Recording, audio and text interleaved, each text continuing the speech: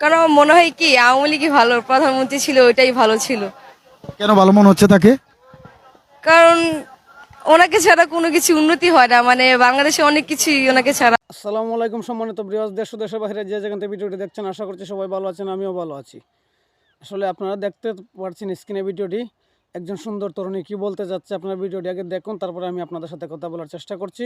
ভিডিওটি সবাই ভালো লাগলে অবশ্যই শেয়ার কমেন্ট করতে ভুলবেন না, দেখতে থাকুন প্লিজ। ভালো না। কেন ভালো না কেন? কারণ আমার মনে হয় কি আওয়ামী লীগই ভালো, প্রধানমন্ত্রী ছিল ওইটাই ভালো ছিল। কেন ভালো মনে হচ্ছে তাকে? কারণ ওনাকে ছাড়া কোনো কিছু উন্নতি হয় না, মানে বাংলাদেশে অনেক কিছুই ওনাকে ছাড়া কোনো কিছু হয় না। আপনি মনে করছেন কি সেই শেখ হাসিনাই আপনার কাছে ভালো ছিল?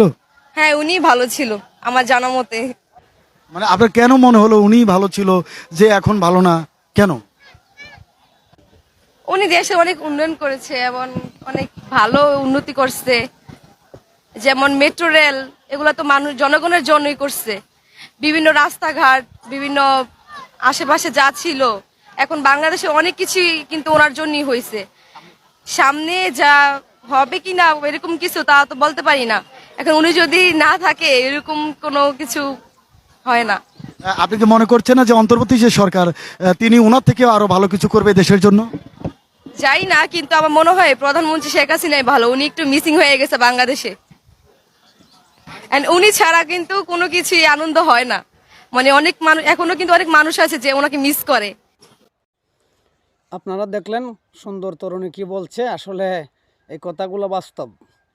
শেখ হাসিনা ছাড়া বাংলাদেশে কেউ উন্নয়ন করতে পারবে না, ওনাকে বাংলাদেশ মিস করছে।